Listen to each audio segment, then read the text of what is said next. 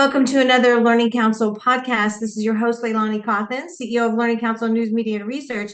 And we're going to have a really awesome topic today. I'm really kind of excited about this because I love structural shift, talking about that in education. So our topic for the day is dawning of schools as hubs of tutoring sourcing. I think this is a fascinating conversation. So I have with me a longtime friend, Anthony Salcito. Let me give some background on you, Anthony, before we let it rip. You are currently the Chief Institution Business Officer at Varsity Tutors, and you lead them for the both Varsity Tutors and Nerdy's efforts to support institutions as they work to transform learning opportunities for all students and educators across the U.S. Is it also international for you, Anthony? We do a little bit international on the consumer side, but for schools in the U.S. only currently. Okay. And then you've also served, this is when I met you first, as Vice President of Microsoft's education engagement and all the relationships globally. You were a globetrotter. You Absolutely. were everywhere all those years. Yeah. I'm still everywhere now. I just bounce around only the U.S. primarily. But yeah, I spent pretty much 90% of my time on the road, probably 40, 50 countries a year. I think I've been to over 1,038 schools, like literally been in classrooms and in schools, 1,038 of them in 68 countries. So lots and lots of different experience visiting schools, seeing what's going on firsthand in classrooms and what school leaders are dealing with all over the world. That's awesome. Awesome. We're going to need a memoirs from you before you, as you retire. So just, okay, good. So let's get into our topic. I want to throw this at you. First of all, who is Varsity Tutors? And why, when we talked before, did you talk about it aiming at mixed modality learning? You go. Yeah, well, first off, it's a great pleasure to talk to you once again, Leilani. This is a big topic for schools, as there's always big shifts that take place. Yeah. I spent most of my career, and still do in many ways, focusing on the way technology is transforming learning. And I think that often is where we gravitate towards when we see these sort of seismic shifts. We think about the technology role, and that's certainly happening with AI right now. But if you actually look underlying all of that, it's trying to do all the technology built up from the access to devices. Even if you think about the way in which we kind of kept score on devices, it was all about personalization. When my early days at Microsoft, we would talk about schools having 10-to-1 PC to student ratios, moving to 5-to-1 with an end goal of 1-to-1. It was sort of that individualized connection. Then there was some technology foundation that was done with regards to the shift to the cloud and scaling open education resourcing and making content more readily available broadly as we built across a newly established Wi-Fi and broadband infrastructure. And then we think about AI now, it's just bringing all that together fundamentally. So it's often we talk about these seismic shifts. What I actually look at, what is the instructional dynamics that are going on? Throughout human history, and with great leaders like Benjamin Bloom and others who've looked at a very simple fact: the more individualized instruction students get, the more likely you're going to be able to have flexible learning environments for their needs. And what we see schools dealing with currently is a model that is just fundamentally built on limitations of 100 years ago that just don't simply exist any longer in a modern school environment. And we need to start to shift our thinking to embrace some of these new technology enablers.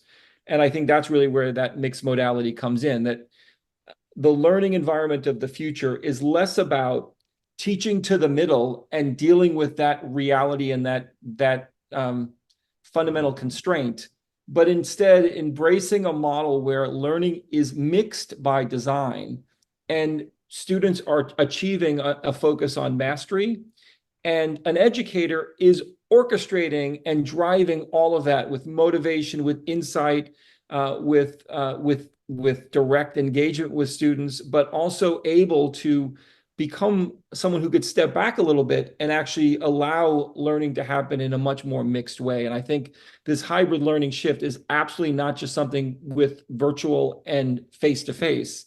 It's actually with a broader mix of modalities that really change the shape of what's going on inside the school and also complement the reality of learning outside the school much more effectively than we've done historically.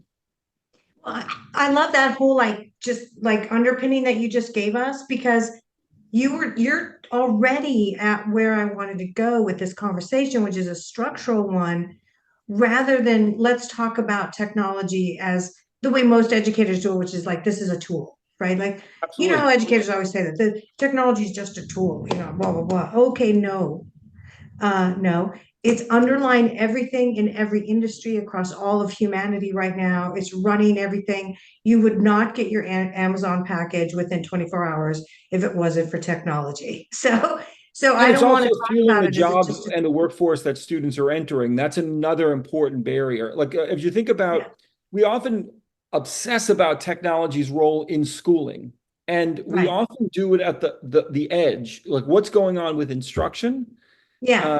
what's going on with instructional materials. The And front frankly, end, right? At the teaching and learning point. Yeah. there's a much broader context that I think that we need to look at, and we just have to pull back a bit. So, for most of my career, I had been sort of pounding the table to say, we're thinking about it wrong. And the best schools are the one where technology is most invisible inside the classroom day, where you're leveraging human interaction much more actively. And then you're bringing data, insight, and personalization to students outside of the classroom instruction. And most schools do it the opposite. They start about what they can control, and leaders want to buy stuff that's in their buildings. That's what they have pride of ownership in relation to that. And we Yeah. have spent very little time about what happens on the learning life of a student beyond the school, where technology is mostly the foundation for learning. Yeah. COVID shifted that. And Absolutely. and it was Absolutely. done well in some cases, but badly in others, because we often just transitioned. And this was, frankly, an emergency response. So I don't have There's no any fault. I know there's no fault for anybody. blame It here just at all, for happened. sure. But Yeah. the reality is we have to learn from all of this, right? So we Yeah. went to a model where we were expanding the boundaries of the classroom. And there's two really important lessons. One, we expanded the boundaries of the classroom. We knew that the most important thing on success and failure in all of that COVID virtual learning environments was how human we were with students.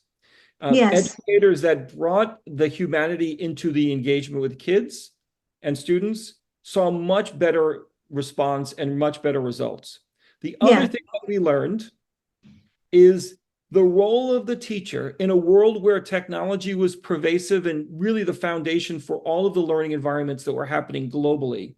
The role of the teacher during those few years of COVID virtual learning, the role of the teacher was not decreased. In fact, the opposite happened. The role of the educator was incredibly enhanced, primarily for a few reasons. One, families had a much better insight of what was going on in the classroom, how hard the educator was working, how important they were. And we also missed that human interaction that teachers give students on a daily basis that often goes underappreciated.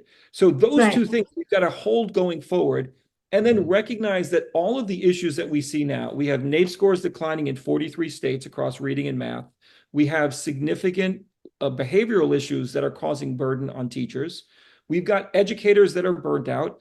Educators in the 23 Gartner survey, K through 12 teachers are 10 points higher than the next highest profession as it relates to burnout. So teachers are 10 points more burned out than firefighters, police officers, heart surgeons, et cetera, et cetera, et cetera. So Yeah. teachers, And Anthony, it's not a human job.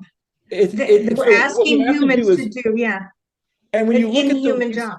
it's totally crazy. And I have to tell you, I've been all over the world, and it's been a real pleasure for me. It's a gift. The thing that I can tell you is the teachers are never the issue, and they're the No. heroes in this entire journey. That's true Yeah. today. It's going to be true in the age of AI, even more so. I Right. think there's always a desire to say, oh, how do we just replace all of this with robots and technology and bots, et cetera, et cetera? The opposite is actually what's happened in terms of value to educators. Educators in this world become even more critical. And so I think Yeah. that's got to be a piece. So I look at those learnings and say, okay, how do we fix what schools are struggling with? They're struggling with limited teacher workforce. Teacher retention is a huge problem. Retention is triggered not by salaries, which is what folks sort of gravitate towards. We always need to pay our teachers more. I will be the first to say that. But frankly, the reason why teachers leave the profession is typically because of respect, number one, and fundamentally fatigue about being able to individualize and reach every kid. So if you imagine a teacher in a classroom writing a problem set on the board, asking every kid if they know what's going on or they're up to a specific lesson, knowing that the teacher knows that there are certain kids in the classroom that are not with everyone else, but they have to continue to press because we're on a time-based learning model across most schools. Yeah. And so they continue to press and they have a decision to make every single lesson. Do I sacrifice time from my lunch break, take my time away from my own children to stay after school with a couple of students to work through today's lesson? Or do I hope that that student is going to get what they need and catch up on their own? And they triage. Exactly. All day long, they're triaging. Yeah. And when you give an educator that choice daily, multiple times, it's easy to see why teachers are burned out. And so I have tremendous respect for educators, but there's better ways to happen. And tutoring is just one example. Right. But I think that the future of schools is going to be embracing much more individualized instruction opportunities for kids. And that means and I couldn't agree more. But let's go into what that means, right? It's a structural shift. They have to shift their thinking. You said this earlier about how they source for different things. Right now, most administrators, they're buildings, like you said, and people, and they push they think they're empowering, but really they're burdening everything onto that one individual.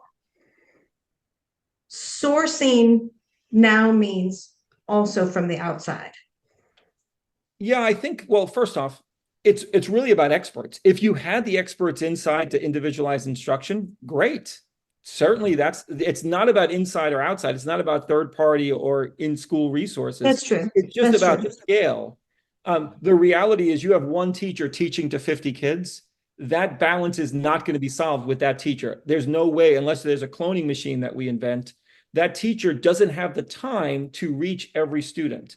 The thing that I will also say is, and 50 is a low number. It's normally 200 or more.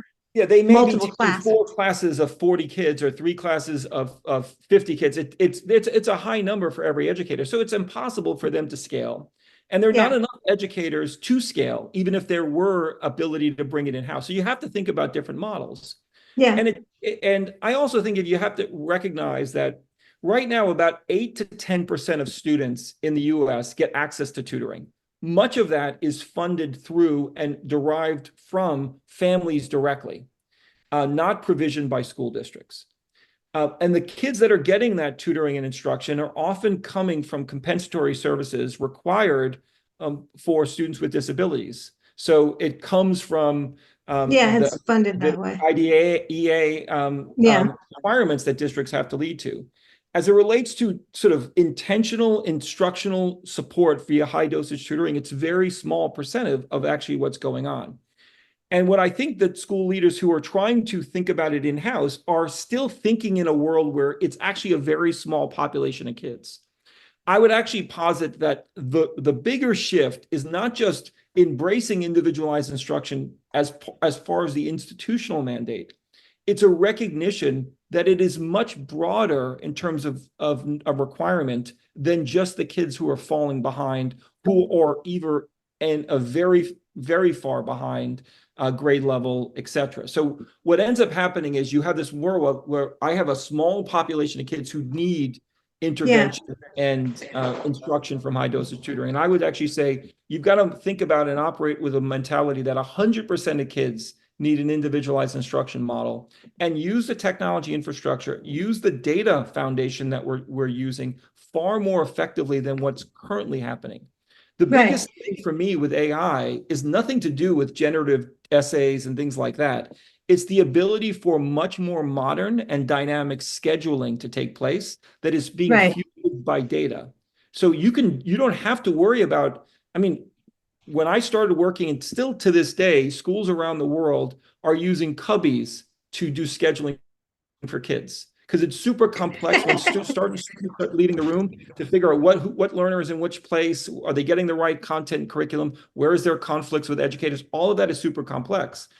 AI Right. is going to enable far more dynamic scheduling, and that's going to allow us to break up the learning environments much more and then have students track against their progress, get it recommended to be in different learning modalities when they're struggling with one, and Right. then embrace the classroom environments much more effectively. Having Right. rooms that are optimized for lectures, having rooms that are optimized for collaboration, versus having what we do now, where every room has to be sort of a Swiss Army knife of components that are all relying on the teacher to make that work. And I think we can get a little bit more intentional as we go forward. Yeah, and I think also I want to say when I think of tutoring, I think of, like you said, there's the special needs students, they've got maybe a hearing difficulty or something going on with them, and so they get the monies, right, for that tutoring. Sure. But that's no longer true of the population. And in fact, there was a research paper we were just doing that found that there's an estimated 3.2, I believe, million students in the United States that are gifted and high achieving or talented students. And they also don't get what they need. They're not even Agree. marked as gifted and talented or high achieving. They're just never tested, right? So then those really super smart kids, they need tutoring too, right? Additional work or challenge, or they start acting up, they have difficulties. In fact, the research was showing me that there's a huge percentage of these really smart kids, they're never identified for their abilities, Sure. and they end up dropping out, but because Absolutely. they're just frustrated with schools. So what you're saying is that here's Varsity Tutors. You're standing ready then to fill some of those human to human needs, right? That we've Well, been a yeah, long varsity ways tutors, away from having, filled for, forever in education. We've been that Swiss Army knife you were talking about, and teachers can't do it anymore. And the expectation of the of the parent public is that, I want this customized. I can get everything else in life customized. And my kid is just a number to you, right? Like I need it better. Like you got to do this better. It's a lot of yeah, pressure. and that's another thing. We do IEPs for 8% of kids across the United States, and That's not uh, enough. that's partly the reason we do IEPs that way for two reasons. One is it takes time to educators to write them. You know what? Let's put ChatGPT to work on writing and building IEPs for kids, Right. connected to data sets from schools. There's a lot of value AIs can do on generating IEPs and individualized plans for every learner. The problem was, so that's the one reason. I think AI can help generate more individualized learning paths for kids, for sure, for districts.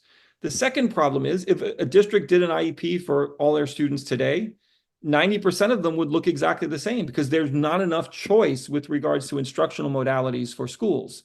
So what you need to Right. start doing is actually starting identifying mixed modalities and then leveraging an IEP where students can get differentiated instruction depending on where they are. You can Right. also start questioning things that we do as sort of a standard practice that has been going on for years, like grade banding. In Yeah, a which world is of crazy mastery, anyway. you Yeah. can have a mixed banding across subject matter. So I may be a fifth grade math student and a fourth grade reading student, and that's fine as it relates to a modern schooling versus being left back a grade when I may be an expert in a specific field and I need extra help on another. That's where a differentiated instruction can happen.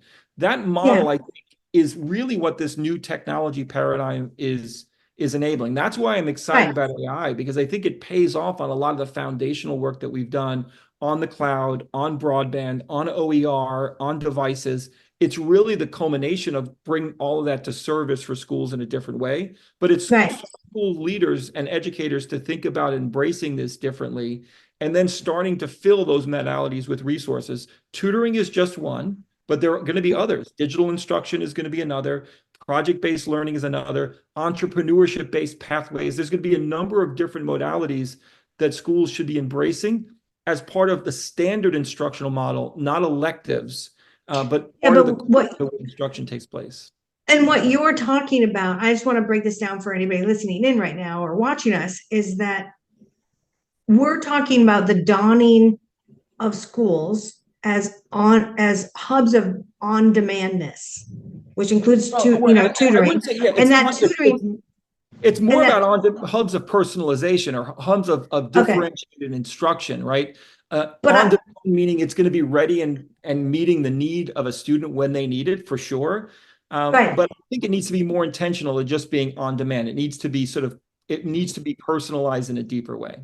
Yeah, so it's the sourcing of the path for that individual. The architecting probably is even a better word than sourcing only, Yes. but it's not it's now I'm putting the administrators, the people that are delivering and executing on education, in the viewpoint that they are not doing the usual.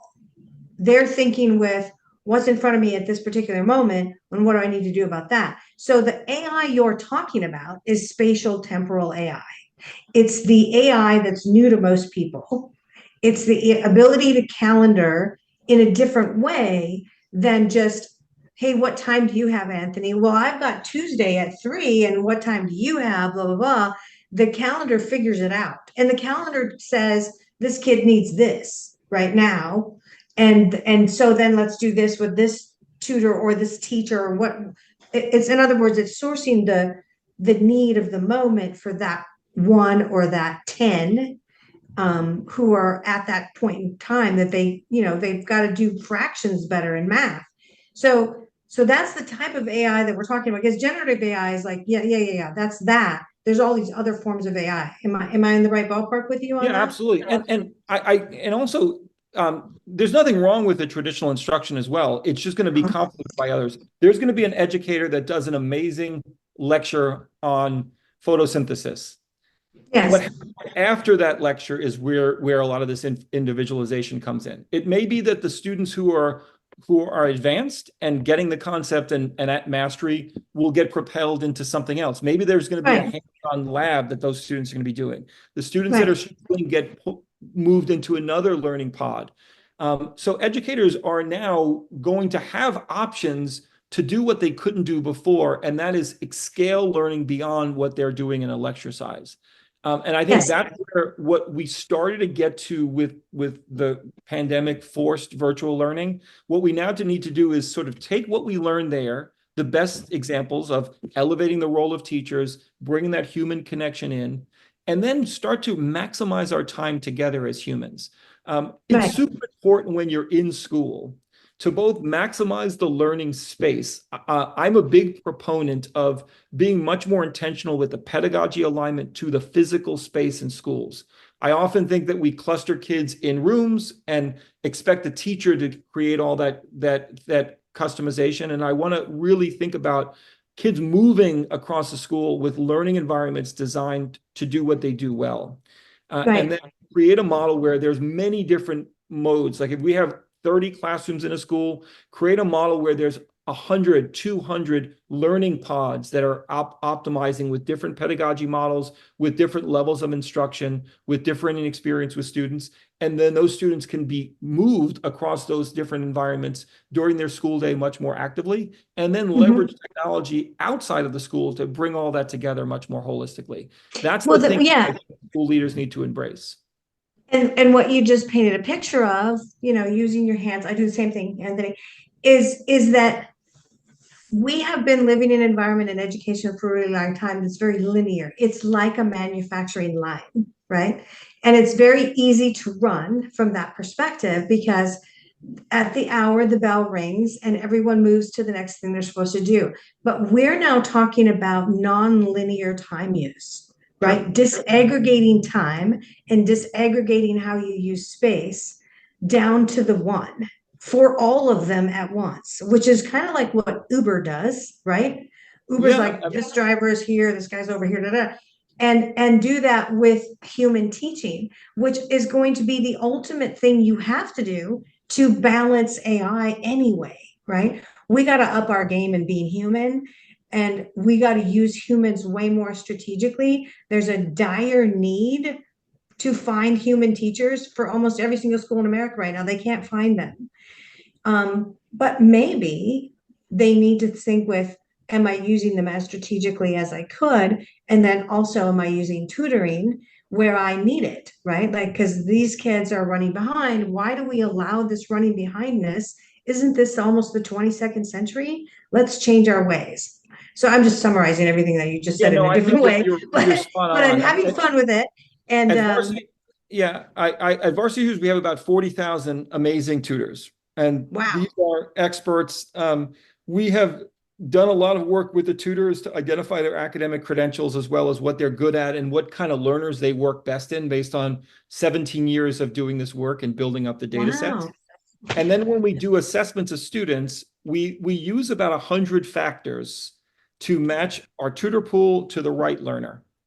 And we're able to Okay. create very dynamic scheduling. We do, tens of thousands of tutoring sessions every single month. And all of those are happening at different times of the day, evenings, weekends, most of them during the school day at various times. Some are one-to-one, some are group. Those groups change and dynamically based on exit ticket data that's happening against the scope and sequence aligned to a group of kids that may start out at the same level, but differentiate during the course of tutoring, and we replace and populate those kids. That's just what's happening with a smaller tutoring company. We're much smaller in terms of human resources than many of the large districts in the United States. But as you think about these schools, embracing the same mindset, as well as bringing in resources from companies like Varsity Tutors, but really thinking about how does that look in our environment? Well, how do we leverage our educators, our learning materials, our learning spaces to create much more differentiated pathways that are founded by data insight to drive differentiation? I think that's kind of where we're doing this work, but I see it as really just part of a broader movement to get to a mastery model and move away from the time-bound model. As you said, Leilani, the education structure that we currently live with was built based on constraints. You only had a limited amount of educators available. There was limited space to happen. Learning had to happen in a physical environment in the past. And there were limitations of learning materials. So the textbook was the world for a learner, and you moved from chapter 1 to chapter 2. And this week we're going to go through chapter 1, and on Friday we're going to take a quiz. And Monday morning we start chapter 2, even if I'm far behind or not. And that's the world that, by and large, there are exemplars and examples of differentiation that exists across the United States. But by and large, we are in a time-based model where we're losing kids every single day. It doesn't need to be that way because technology is caught up to enable much more individualized instruction to create a model where students are mastering and applying what they're learning more effectively, building the skills that are going to carry them forward to the world, and then helping kids who are not where they need to be get aligned both responsibly with confidence building for learners. The value of tutoring. Yeah. And that's why I love human tutoring versus necessarily bots. I think are a great learning tool and assistant, but kids who engage with a tutor are able to vent. They're able to come alive from that energy that the tutor gives them, and they get confidence because they feel like they have a little bit of a cheat code because I'm getting help. Maybe other kids aren't getting. I'm getting help to understand concepts and decode what I was struggling with in the classroom. And that is a tremendous boost of confidence for a learner. I may be struggling on Tuesday, but I know I've got a tutoring session on Thursday, and I can, as opposed to, getting worried and building anxiety, I can say, oh, I'm going to just bring this issue to my tutor and I'll get the time and attention I need. That's really the thing that I think I'm excited about, because I do think it's going to elevate educators for sure. Throughout this process, all of this is really lifting teachers. Because we're going to get individualized instruction support that they don't have today. Well, I'm just challenging any leaders that's listening in on this right now that they got to think with sourcing. Like it's not like a little flat packet anymore of what they have. It's not their buildings and the people they only have. There's other avenues, such as Varsity Tutors. And I also want to say this, Anthony, where were you when I started algebra? I was fine. I needed a tutor really bad. I was fine with math until the alphabet got involved, right? Like numbers were fine. but Well, then yeah, the opposite. that's because one of the things that we do is we introduce algebra without any conversation at all in modern curriculum about abstract thinking. Like abstract thinking is the headline, and we are True. in fine print in many ways. Most students who say, "How am I going to use this in the real world?" They're correct in most jobs that they may not need algebra. The thing that they need is abstract thinking, which is really Yeah. the gateway to advanced mathematics, advanced sciences, computer science, etc. So fundamentally, what we need to be doing is putting the skills first, putting the relevance of every subject we have, because every subject that students are getting in the STEM fields gets far more abstract as you go on. You start learning Right. earth science, then you move to biology, then you move to chemistry, then you move to physics, then you move to molecular biology. All of the instructional pathways for science and mathematics and computer science gets far Hmm. less practical and much more abstract as you go along. But the Yep. foundational skill of abstract thinking isn't in the curriculum in most schools. And so that's the piece that I think just applying that pedagogy foundation to get students motivated and driven is Hmm. really, I think, the shift. And None of it's this. actually where we need human learning to go anyway. We need to drive really hard towards that abstract thinking because if we're going to balance against AI, that's where humanity has to go. We can't really allow it to only get to certain levels anymore. We got to push everybody intellectually. It's a Yeah, survival. It's a survival thing. yeah, there's one way to think about it as you're competing against AI. The other thing is how do humans with these skills, with unleashed creativity, can use a tool like ChatGPT to really do mind-bending things? Yeah. How do Yeah. you enable these technology tools with people who have tremendous communication skills or leadership skills or abstract thinking skills to build and create and solve problems in new ways? And that's the thing that we've got to embrace. So Yeah. I'm excited about that, but it all Yeah. starts really preparing educators. And the good news is um, these things sounded far-fetched 50 years ago. And in Three many ways, years ago.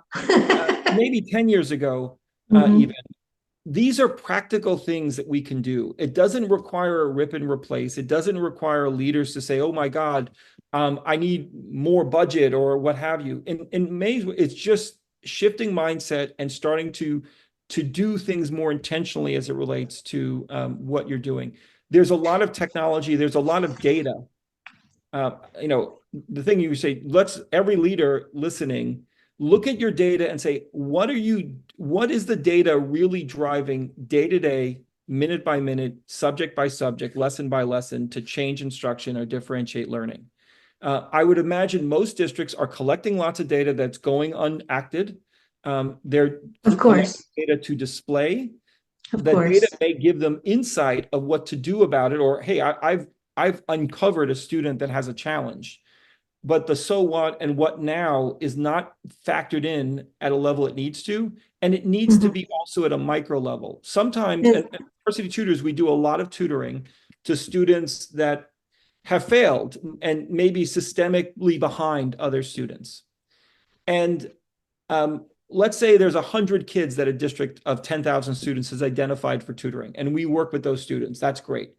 right. Uh, I every time we do it, I have a feeling that student 101 all the way through 9,000, let's say, may need help in that district.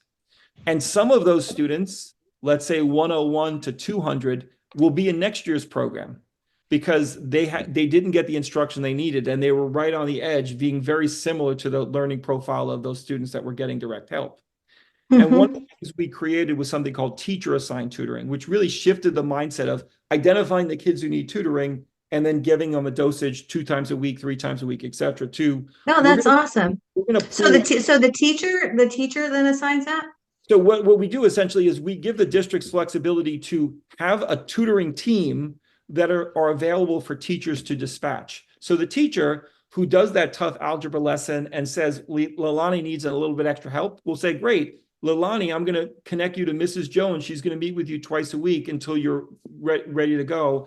The teacher can then upload materials, share the lesson plan, share the quiz that's coming up with the tutor, And Leilani is going to get supported with an individual instruction that the teacher can monitor all along behind the scenes. And when the parent goes to the parent-teacher conference, says, my student is struggling or needs extra help, or my student is bored and I want to get them prepared for trigonometry, the teacher can say, absolutely, I've got a tutor team that will be able to work with your kid directly.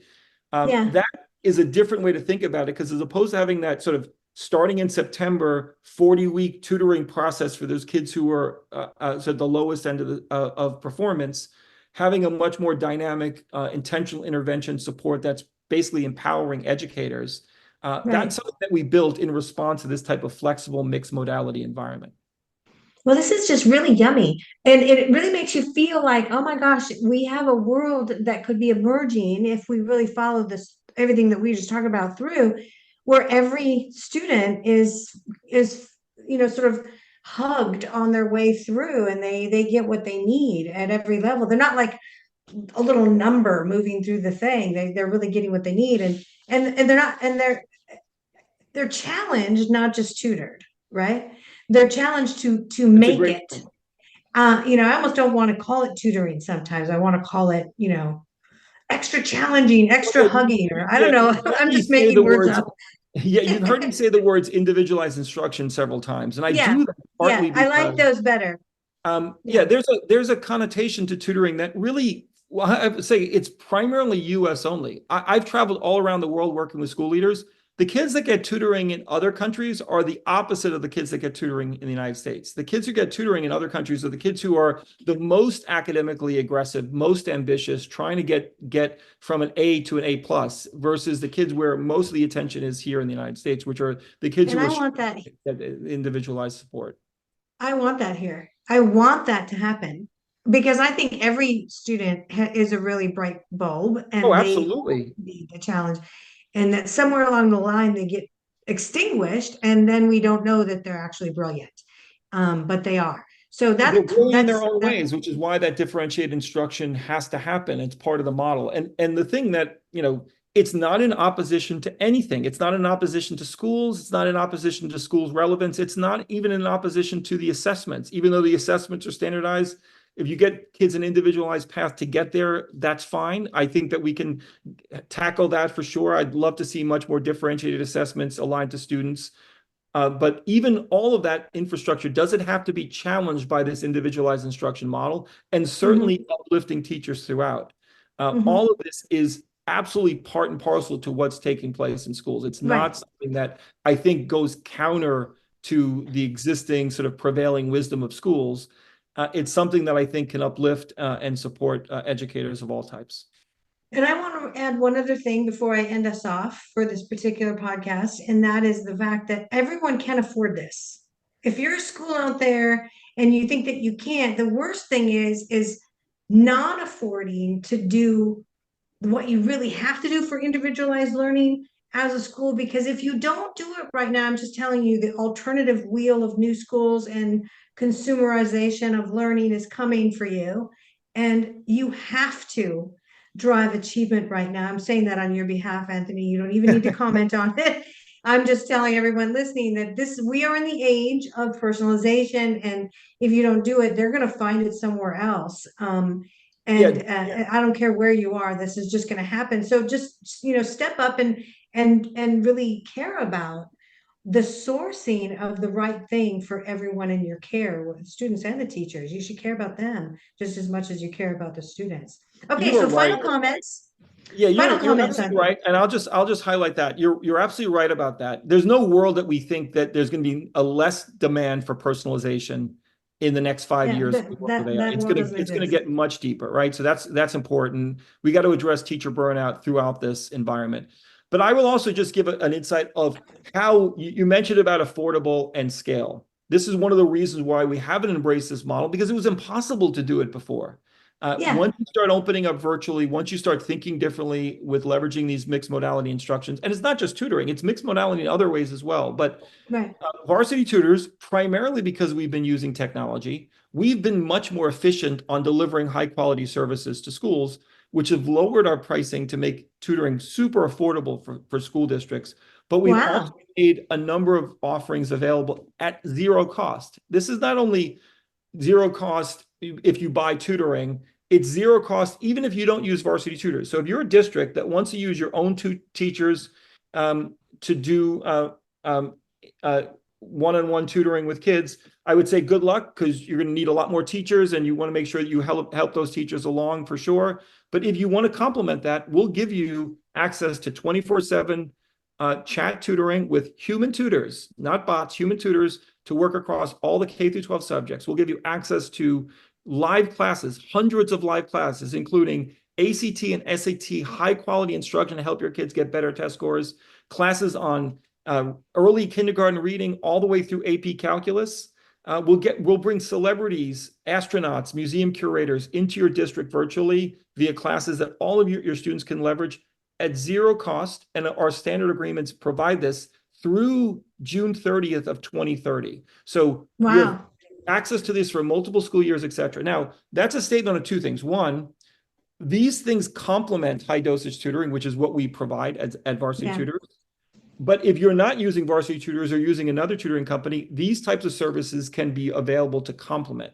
The second Yeah. statement I will tell you is these things are possible because technology scale is changing so rapidly. These things went from where most of ESSER dollars were spent during tutoring 3 years ago to now a company like Varsity Tutors, which is primarily focused on high dose tutoring, is able to provide for free. And that's Wow. partly because technology is advancing so much to make learning and placement and the systems much more efficient. So all of that thinking needs to be applied. Not only how do you use these tools at a school level, but how are you applying that same rigor inside the school to make everything you're doing more efficient and effective, so you can add the value back to the classroom and to the educator. And that's really what the shift is. It's not just how do we optimize classroom instruction? How do we optimize everything from energy consumption to facility management to how do I handle transportation, food and beverage, et cetera, to optimize for teacher salaries and classroom instruction and differentiation. That's the shift that I think we've got to put on leaders and systems. Yeah, so that was really, you really threw down there like, hey, leaders, you got to like level up. But they It's are. all I with mean, you and love, I but both know it's a tough journey. And believe me, I it go to a lot is. of school board meetings across the United States, and there's no one who you empathize more from leaders who only care about doing the right thing and are getting pulled Yeah. in different directions politically, getting pulled in different directions on all the constraints they have to deal with. So Yeah. it's important to share thinking about what we see, and most of what I'm sharing comes directly from leaders I've talked to. Yeah, me too. That's my Me too. insight, but directly coming from leaders. I Yeah. think most leaders understand this. They Yes. understand the direction, the journey. What we need to do is help them. We need to, by me saying it and you saying it, it gives them air cover to say, hey, this is what we're hearing. And it makes it easier for a leader to stand up because many leaders are conditioned by all that pressure to just do the best they can with what they have and not try to do anything that's going to cause controversy. And that creates a model where we're slower to move. The Yeah. one thing I Yeah. can tell you as someone who's traveled around the world, the negativity that we have on our education system, the negativity against teachers, school leaders, boards, the in general education quality across the country, talking about PISA rankings, all that stuff is all at a disservice to the progress we need to make. We need to celebrate our educators, lift our leaders, and make sure that we are doing a better job bringing positivity to education. Because every time we Totally. criticize, hoping that we're making the right change, it adds to the burden that these systems and leaders are facing. It slows Right. progress. I always try to Right. come out with super positivity because even though there are options for leaders to do better, for sure, it's Yeah. all environment that's incredibly more complex than anyone like me can have ever expected to communicate effectively against. So for me, Right. lifting with positivity and really supporting the journey forward. Yeah. I totally agree. Yes. And with that said, thank you very much for being with me, Anthony. We could talk My for pleasure. hours, and I'm we sure. probably I'm should do sorry if more I of this. talked so much, and I didn't mean to over talk you. I just No, no, you no, no. got me No, it was energized with this awesome. conversation, Leilani. And I know you and I talk. You're always bringing big ideas forward, which I love. Yeah, and every time you say something, then I want to take it off in 10 more directions, and it's really constraining for me not to, and it is for you too. But anyway, thank you for being with me today, and thank you for listening to another episode of the Learning Council's podcasts and now videocasts. And this has been your host, Leilani Cawthon. Keep listening and keep learning.